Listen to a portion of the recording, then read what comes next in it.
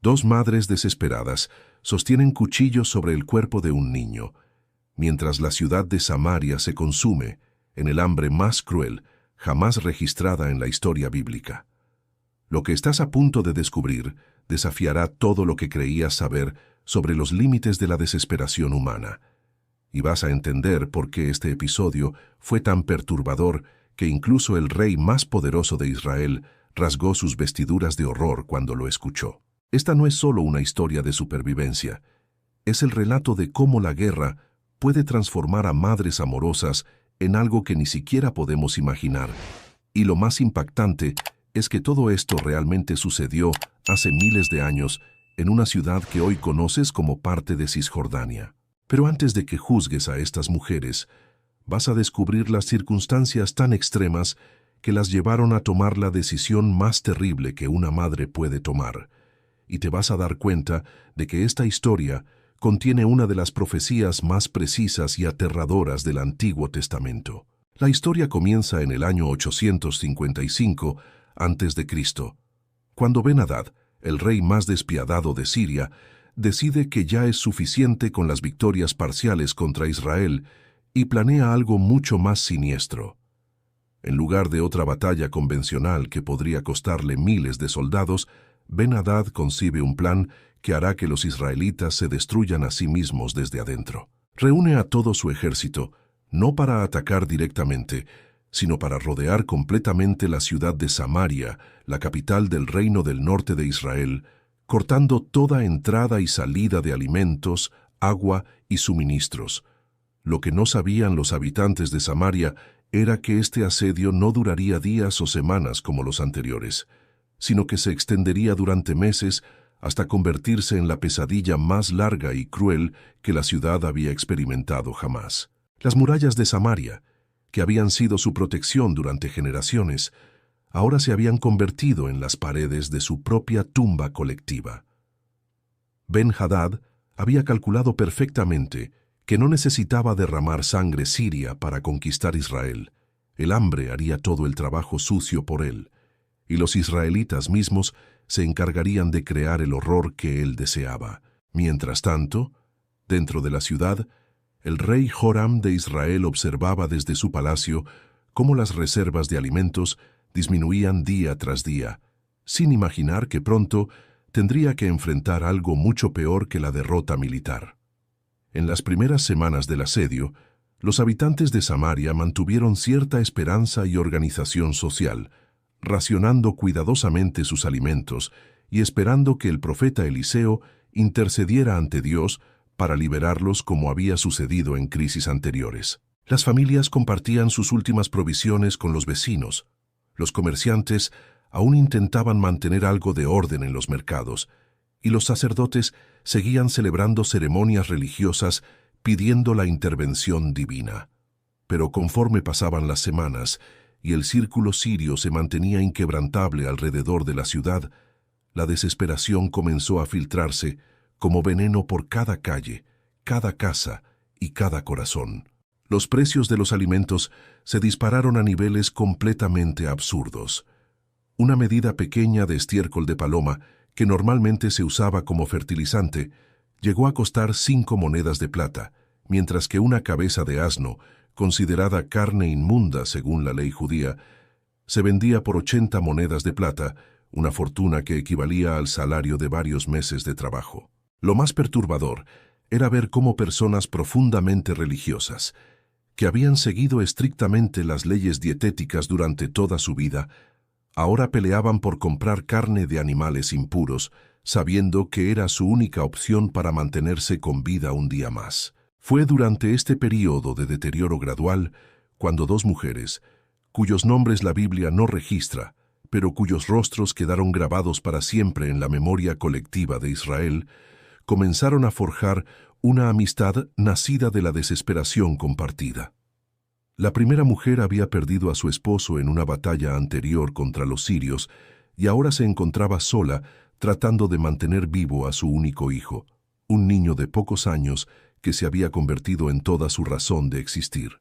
La segunda mujer también había enviudado durante el conflicto y ella también tenía un hijo pequeño que representaba su única esperanza de supervivencia y continuidad familiar. Al principio, estas dos madres se apoyaron mutuamente compartiendo las pocas provisiones que tenían, cuidando a los hijos de la otra cuando una tenía que salir en busca desesperada de comida, y consolándose mutuamente durante las noches interminables, cuando el llanto de hambre de los niños se mezclaba con los sonidos distantes del campamento sirio. Durante varios días, esta alianza maternal funcionó como un pequeño refugio de humanidad en medio del caos creciente, y ambas mujeres se aferraban a la esperanza de que podrían mantenerse unidas hasta que llegara la liberación.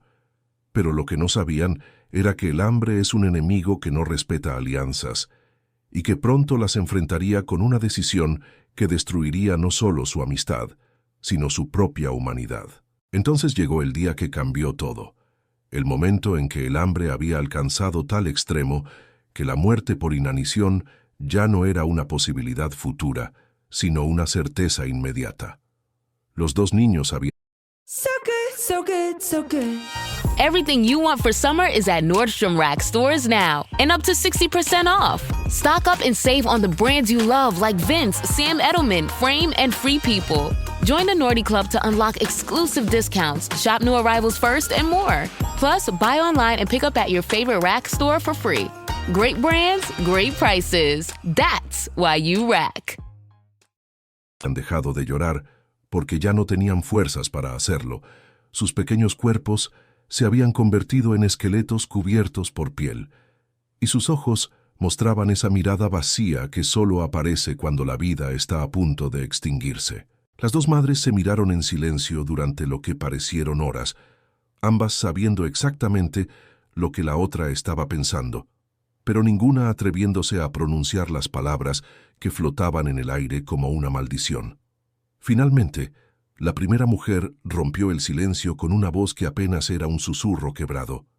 «Mi hijo va a morir de todas formas, y el tuyo también, pero si hacemos lo impensable, al menos uno de nosotros podrá sobrevivir para ver el final de este asedio».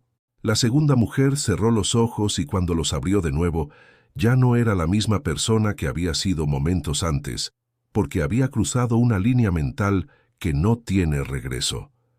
«Haremos un intercambio», dijo con una voz que sonaba como si viniera desde el fondo de una tumba. «Hoy mi hijo, mañana el tuyo, y así podremos mantenernos vivas hasta que Dios nos libere o hasta que muramos nosotras también». Lo más escalofriante de este momento no fue solo la decisión que tomaron, sino la racionalidad fría con la que la planificaron, como si estuvieran negociando la compra de granos en el mercado, en lugar de planificar lo más abominable que una madre puede hacer. El primer acto de esta tragedia indescriptible se desarrolló en la casa de la primera mujer, en una habitación pequeña y oscura donde las dos madres habían llevado al niño que sería sacrificado. Durante horas, ambas mujeres permanecieron sentadas mirando al pequeño que dormía inquieto, sabiendo que cuando despertara enfrentaría su destino final, pero también sabiendo que ya no había alternativa posible si querían seguir viviendo. Cuando finalmente despertó, el niño sonrió débilmente a su madre, sin entender por qué ella tenía lágrimas corriendo por sus mejillas, y extendió sus pequeños brazos, pidiendo ser cargado como lo había hecho miles de veces antes. Lo que sucedió después desafía toda descripción humana, pero la Biblia registra el hecho sin dar detalles gráficos, simplemente diciendo que cocieron al niño y se lo comieron. Sin embargo, lo que sí podemos imaginar es el tormento mental que estas mujeres experimentaron durante cada momento de esa comida terrible. Como cada bocado representaba la supervivencia física, pero también la muerte completa de su humanidad, y cómo sus mentes trataban desesperadamente de encontrar alguna justificación moral para lo que estaban haciendo. La comida les dio fuerzas físicas para algunos días más, pero también les dio algo mucho peor: la realización de que habían cruzado una línea que las había convertido en algo que ya no podían reconocer cuando se miraban en el reflejo del agua. Al día siguiente llegó el momento de cumplir la segunda parte del acuerdo, pero aquí es donde la historia toma un giro aún más perturbador, porque revela la profundidad de la depravación moral que el hambre extrema puede generar.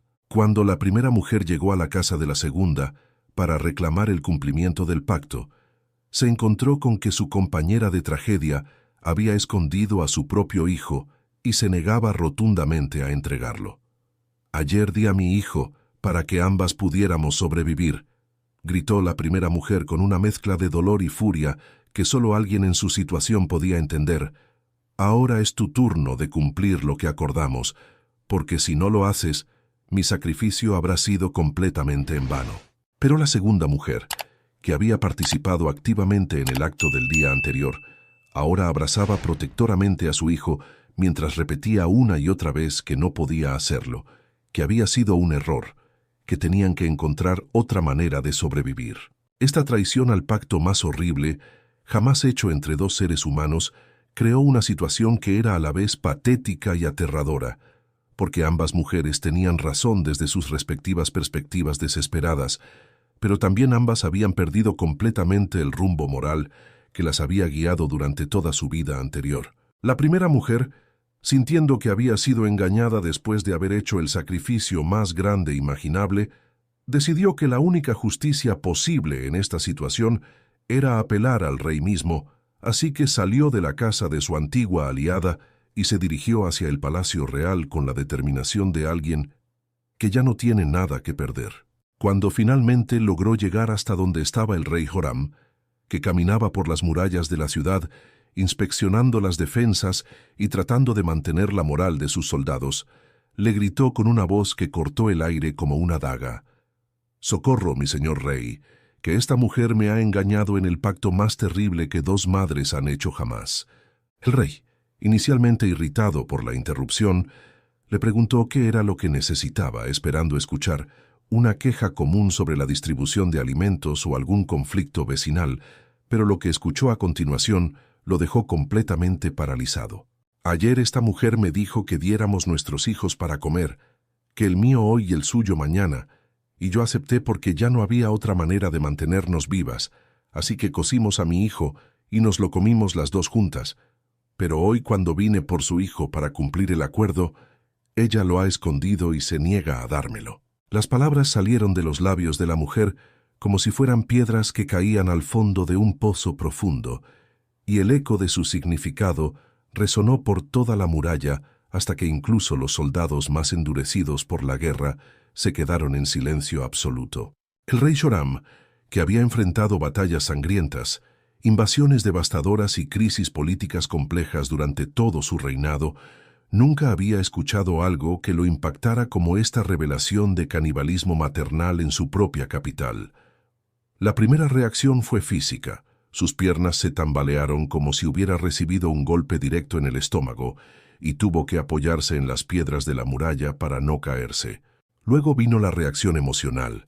Rasgó sus vestiduras reales desde el cuello hasta el dobladillo, un gesto que en la cultura israelita representaba el luto más profundo y la angustia más extrema que un ser humano podía experimentar. Pero lo más significativo fue su reacción espiritual, porque en lugar de buscar una solución práctica o tratar de consolar a la mujer, inmediatamente dirigió su furia hacia el profeta Eliseo, gritando para que todos lo escucharan: «Así me haga Dios y así me añada, si la cabeza de Eliseo, hijo de Safat, queda sobre él hoy». En su mente destrozada por el horror de lo que acababa de escuchar, el rey había llegado a la conclusión de que la única manera de explicar semejante degradación era que Dios había abandonado completamente a su pueblo, y que el profeta que supuestamente representaba la conexión divina era responsable de permitir que las cosas llegaran a este extremo inimaginable. Lo que el rey no entendía en ese momento de cólera y desesperación era que esta situación horrible no era evidencia de que Dios había abandonado a Israel, sino precisamente el cumplimiento de advertencias proféticas que se habían dado décadas antes, pero que habían sido ignoradas sistemáticamente por los líderes y el pueblo. Siglos antes de estos eventos, Moisés había profetizado con precisión escalofriante lo que sucedería cuando Israel se alejara de Dios. «Y comerás el fruto de tu vientre, la carne de tus hijos y de tus hijas que Jehová tu Dios te dio, en el sitio y en el apuro con que te angustiará tu enemigo». Esta no era una maldición arbitraria, sino una descripción exacta de cómo la rebelión espiritual eventualmente llevaría a la degradación moral total. Y ahora, esas palabras escritas en pergaminos antiguos se habían convertido en la realidad más cruda que Samaria había presenciado jamás. El profeta Eliseo, lejos de ser el causante del problema como creía el rey, había estado advirtiendo constantemente sobre las consecuencias de la idolatría y la injusticia social que caracterizaban el reino de Israel bajo el liderazgo de la dinastía de Omri. Pero las advertencias proféticas siempre suenan como exageraciones imposibles hasta que se cumplen en toda su terrible literalidad. Y ahora, los habitantes de Samaria estaban viviendo exactamente lo que habían sido advertidos que sucedería si continuaban por el camino de desobediencia espiritual y moral. Y, mientras el rey enviaba soldados para arrestar a Eliseo, convencido de que ejecutar al profeta de alguna manera revertiría la situación desesperada, la ciudad de Samaria continuaba hundiéndose aún más profundamente en un abismo de degradación que parecía no tener fondo. Las noticias del canibalismo maternal se extendieron rápidamente por todas las calles, y en lugar de generar horror universal como podría esperarse, en muchos casos provocó una especie de permiso psicológico para que otras familias consideraran opciones igualmente inimaginables. Algunos padres comenzaron a mirar a sus hijos no como las personas que más amaban en el mundo, sino como la única fuente de supervivencia disponible, mientras que los hijos mayores empezaron a ver a sus padres ancianos como cargas innecesarias que consumían recursos preciosos sin contribuir a la defensa de la ciudad. La estructura social que había mantenido unida a la comunidad durante generaciones se desintegró completamente en cuestión de días, y Samaria se convirtió en una colección de individuos desesperados dispuestos a hacer cualquier cosa para sobrevivir un día más. Los mercados ya no funcionaban porque no había nada que vender, excepto objetos personales que nadie podía permitirse comprar. Los sistemas de justicia habían colapsado porque los jueces estaban tan débiles como cualquier otro ciudadano, y hasta las ceremonias religiosas se habían detenido porque los sacerdotes ya no tenían fuerzas para realizar sus funciones. Pero entonces, justo cuando parecía que Samaria estaba destinada a convertirse en una tumba colectiva, donde los últimos supervivientes eventualmente se consumirían mutuamente hasta que no quedara nadie vivo, sucedió algo que nadie había anticipado y que cambiaría dramáticamente el curso de toda la situación. Esa misma noche, después de que el rey había ordenado la ejecución de Eliseo, 4 leprosos que vivían fuera de las murallas de la ciudad tomaron una decisión que, sin saberlo, se convertiría en el catalizador de la liberación más milagrosa registrada en el Antiguo Testamento. Estos hombres, que habían sido excluidos de la sociedad por su enfermedad y que no tenían acceso ni a las pocas provisiones que quedaban dentro de la ciudad ni a la protección de las murallas, se encontraban en una situación aún más desesperada que los habitantes de Samaria. ¿Para qué nos quedamos aquí hasta que muramos?, se dijeron unos a otros mientras contemplaban sus opciones limitadas. Si entramos en la ciudad, allí hay hambre y moriremos, y si nos quedamos aquí también moriremos, así que mejor vayamos al campamento de los sirios, que si nos perdonan la vida viviremos, y si nos matan pues moriremos. Era una lógica simple pero desesperada. Preferían arriesgarse a una muerte rápida a manos del enemigo que una muerte lenta por inanición, sin imaginar que su decisión aparentemente suicida estaba a punto de revelar el milagro más extraordinario. Cuando los 4 leprosos se acercaron al campamento sirio al amanecer, esperando encontrar miles de soldados armados que los capturarían o matarían inmediatamente, se encontraron en cambio con un silencio absoluto que resultaba completamente inexplicable. Las tiendas estaban perfectamente montadas, las fogatas aún tenían brasas humeantes, la comida estaba preparada y servida como si los soldados hubieran desaparecido en medio de una comida, pero no había ni un solo ser humano en todo el vasto campamento que había mantenido sitiada a Samaria durante meses. Lo que habían presenciado, aunque ellos no lo sabían en ese momento, era el resultado directo de una intervención divina que Eliseo había profetizado la noche anterior. Dios había hecho que el ejército sirio escuchara ruido de carros y caballos, como si un ejército enorme se acercara para auxiliar a Israel, y en su terror nocturno habían abandonado todo y huido hacia su tierra creyendo que los hititas y egipcios habían llegado para atacarlos. Los leprosos caminaron por el campamento abandonado como si estuvieran en un sueño, tocando las tiendas vacías, examinando las armas abandonadas y finalmente comprendiendo que estaban solos en medio de provisiones suficientes para alimentar a un ejército de miles de hombres durante meses. Su primera reacción fue completamente humana. Comenzaron a comer todo lo que pudieron, llenaron sus estómagos vacíos con la comida más exquisita que habían probado en años y luego empezaron a recoger oro, plata y ropa valiosa para esconderla, pensando en asegurar su futuro personal.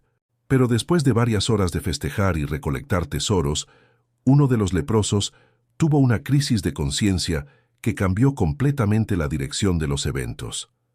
«No estamos haciendo bien», les dijo a sus compañeros mientras contemplaban las riquezas que habían acumulado.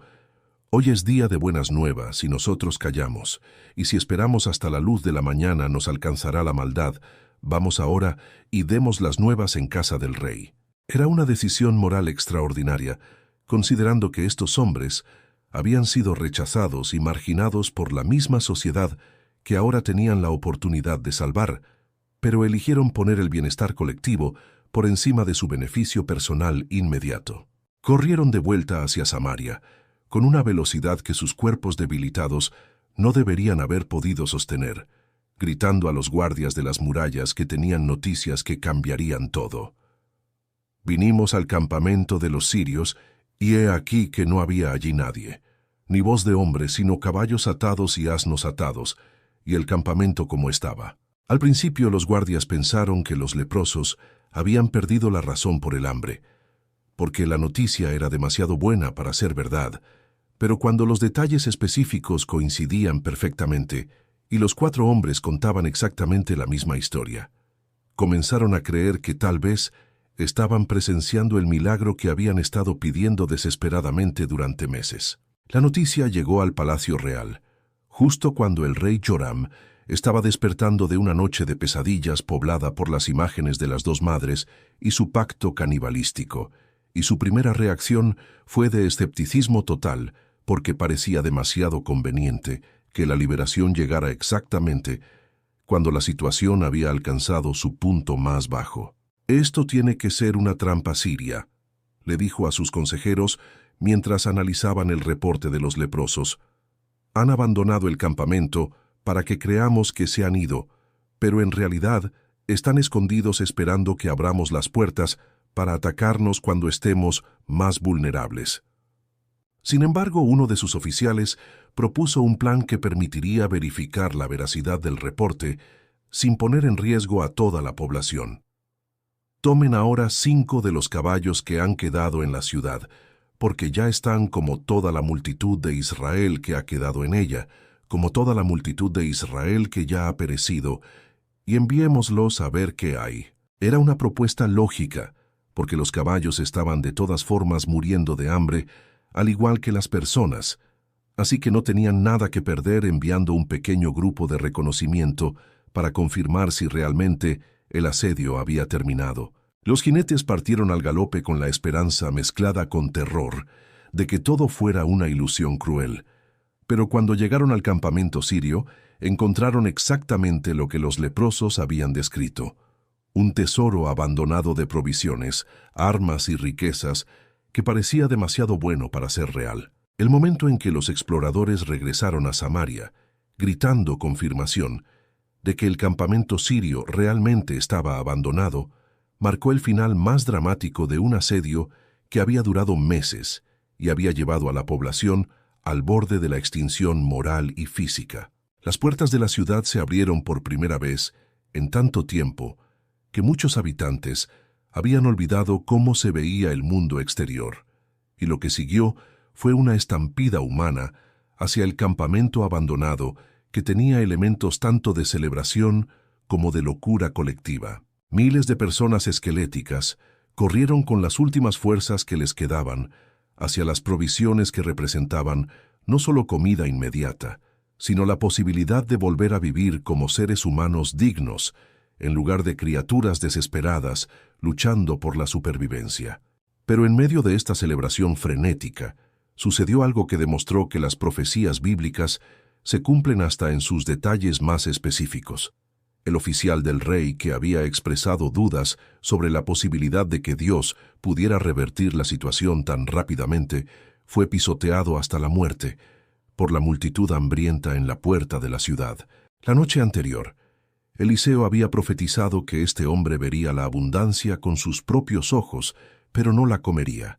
Y ahora esas palabras se habían cumplido de la manera más literal posible, sirviendo como recordatorio de que el escepticismo hacia el poder divino tiene consecuencias reales, incluso en medio de los milagros más evidentes. La transformación de Samaria, de una ciudad al borde del canibalismo colectivo, a una comunidad próspera con abundancia de alimentos, sucedió literalmente de la noche a la mañana, pero las cicatrices psicológicas y morales de lo que había ocurrido durante el asedio permanecieron para siempre grabadas en la memoria colectiva de Israel. Las dos madres protagonistas de la historia más horrible tuvieron que continuar viviendo en la misma ciudad, viendo todos los días las caras de vecinos que conocían su secreto terrible, y cargando individualmente con el peso de decisiones que habían tomado en circunstancias tan extremas que desafiaban todo juicio moral normal. La mujer que había entregado a su hijo probablemente pasó el resto de su vida preguntándose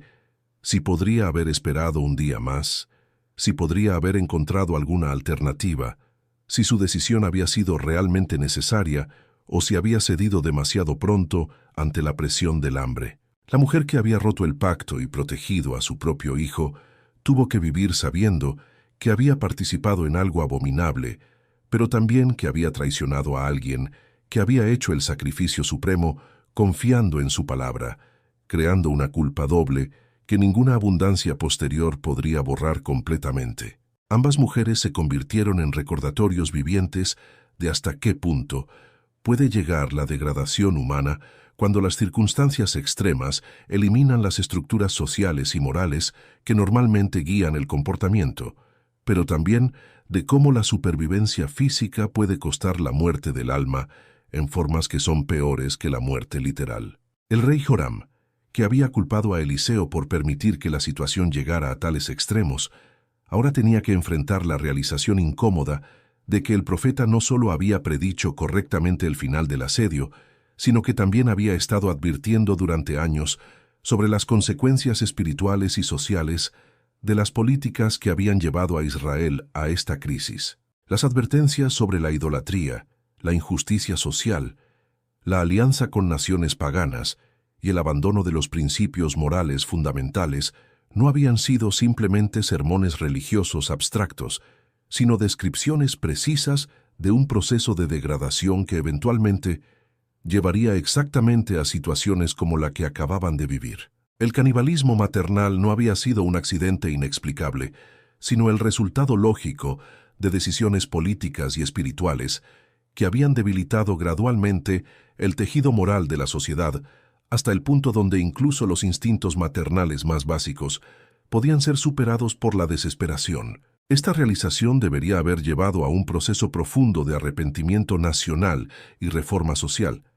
Pero la historia posterior de Israel muestra que las lecciones más importantes son a menudo las más difíciles de aprender, y que la prosperidad restaurada puede hacer que las personas olviden rápidamente las consecuencias de sus errores anteriores. La historia del canibalismo en Samaria se convirtió en una de las advertencias más poderosas del Antiguo Testamento sobre las consecuencias últimas de abandonar los principios morales y espirituales que sostienen a una civilización, pero también sobre la misericordia divina que puede intervenir incluso en las situaciones más desesperadas, cuando parece que ya no hay esperanza posible. Lo que estas dos madres experimentaron representa el extremo absoluto de la condición humana bajo presión, mostrando tanto la capacidad para el mal más inimaginable como la complejidad moral de situaciones donde no existen opciones completamente buenas. Su historia nos obliga a confrontar preguntas incómodas sobre nuestros propios límites morales. ¿Qué haríamos nosotros en circunstancias similares? ¿Dónde está la línea que nunca cruzaríamos sin importar las consecuencias? ¿Cómo juzgamos acciones tomadas en contextos de desesperación extrema que están completamente fuera de nuestra experiencia normal? Estas preguntas no tienen respuestas fáciles, pero el hecho de que la Biblia registre esta historia sin censurar sus aspectos más perturbadores sugiere que está destinada a servir como un espejo que nos muestra tanto nuestro potencial para la degradación como nuestra necesidad desesperada de estructuras morales y espirituales que nos protejan de nuestros propios instintos más oscuros cuando las circunstancias normales colapsan. Si esta historia te ha impactado tanto como debería, compártela con alguien que necesite entender que las decisiones morales y espirituales que tomamos en tiempos de prosperidad determinan quiénes seremos cuando lleguen las crisis inevitables. Dale like si crees que estas lecciones bíblicas siguen siendo relevantes hoy. Y suscríbete, porque vamos a seguir explorando las historias más impactantes y menos conocidas de las Escrituras que revelan verdades atemporales sobre la naturaleza humana y la intervención divina en la historia.